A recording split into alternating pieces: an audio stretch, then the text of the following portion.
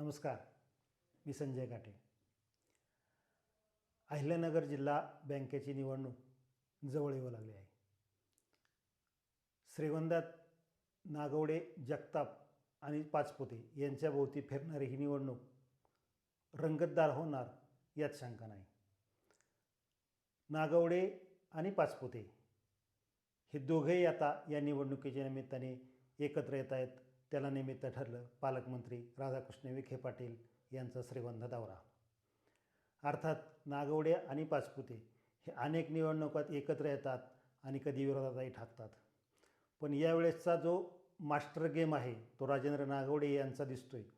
कारण विधान परिषदेचे सभापती राम शिंदे यांच्याशी जवळीक दाखवून अखेरच्या क्षणी जिल्हा बँक निवडणूक ही विखेंच्या नेतृत्वाखालीच लढणार असं त्यांनी जाहीर केलं.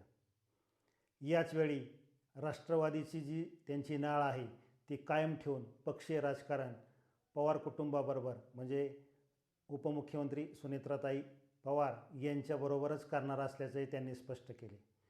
दोन्ही डगरीवर हात ठेवून राजकारणात एक वेगळा पाऊल टाकणारे राजेंद्र नागवडे यांच्याबद्दल श्रीगोंद्यात त्यांच्या जवळच्या आणि विरोधक या दोघांमध्ये वेगवेगळी चर्चा असली तरी सध्याची मुवमेंट ही नागवडे यांनी बरोबर केली असा जाणकारांचा अंदाज आहे. एकीकडे हे सगळं होत असताना राहुल जगताप हे राष्ट्रवादीचेच नेते आहेत, माजी आमदार आहेत, ते एकाकी पडलेत असं चित्र दिसत आहे. दुसरीकडे पाचपुते यांची सत्तेची ताकद मोठी आहे.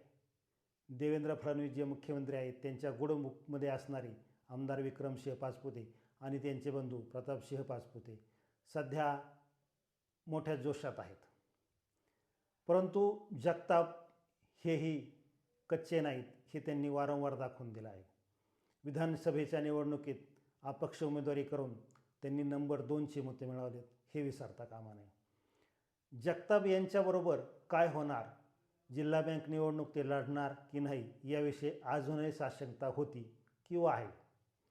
परंतु 2 दिवसापूर्वी कुकडी सहकारी साखर कारखान्यावर त्यांच्या कार्यालयात एक गोपनीय बैठक झाली. त्या बैठकीला जगताप यांच्यासोबतच ज्येष्ठ नेते बाबासाहेब भोस, घनश्याम शेलार आणि तालुक्यातील महत्त्वाचे दिग्गज नेते मंडळी उपस्थित होते. या बैठकीत काय झाले हे जरी बाहेर आले नसले तरी आतली बाब आमच्या कानापर्यंत आली आहे. ती तुमच्या कानावर घालावी यासाठी हा भाग घेतलेला आहे. मनोहर पोटे हे नगरपालिकेचे माजी नगराध्यक्ष या बैठकीला तेही होते. त्याच वेळेस त्यांच्या विरोधात ज्यांनी पॅनल केले ते बाबासाहेब भोस आणि घनश्याम शेलार हे प्रमुख नेते होते.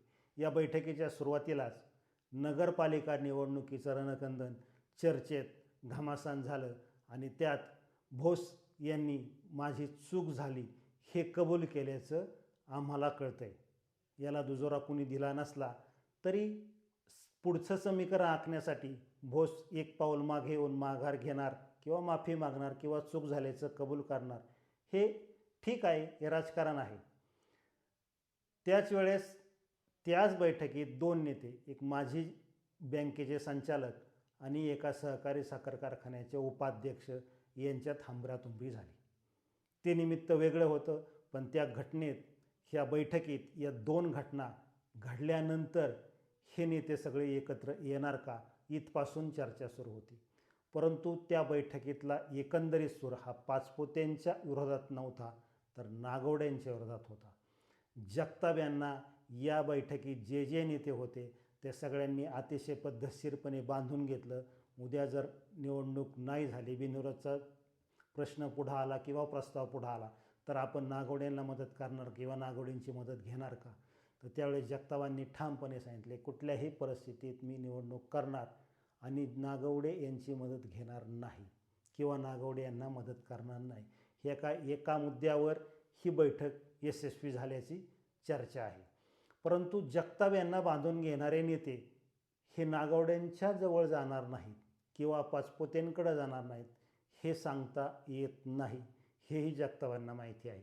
परंतु कुकडी सहकारी साखर कारखाना हा चालू करायचा असल्याने जगताप आज आहे त्या परिस्थितीत सगळ्या अटी मान्य करताना दिसत असले तरी जगतापांभोवती जे कवच तयार झाले ते कवच आहे का अडचणींचा पाढा आहे हे नंतर कळेल.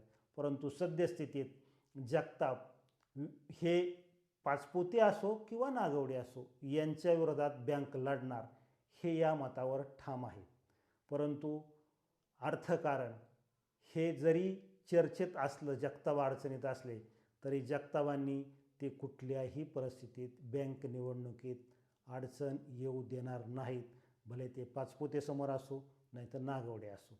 त्याच्यामुळे जगताप ह्या सगळ्या मंडळींना, जे त्या बैठकीला 12 ते 15 जण प्रमुख उपस्थित होते, त्यांना अतिशय पद्धतशीरपणे सगळा हिशोब सांगितल्याने हे सगळेजण जगताप यांच्या पाठीशी उभे राहिलेत. हे आजचं चित्र आहे.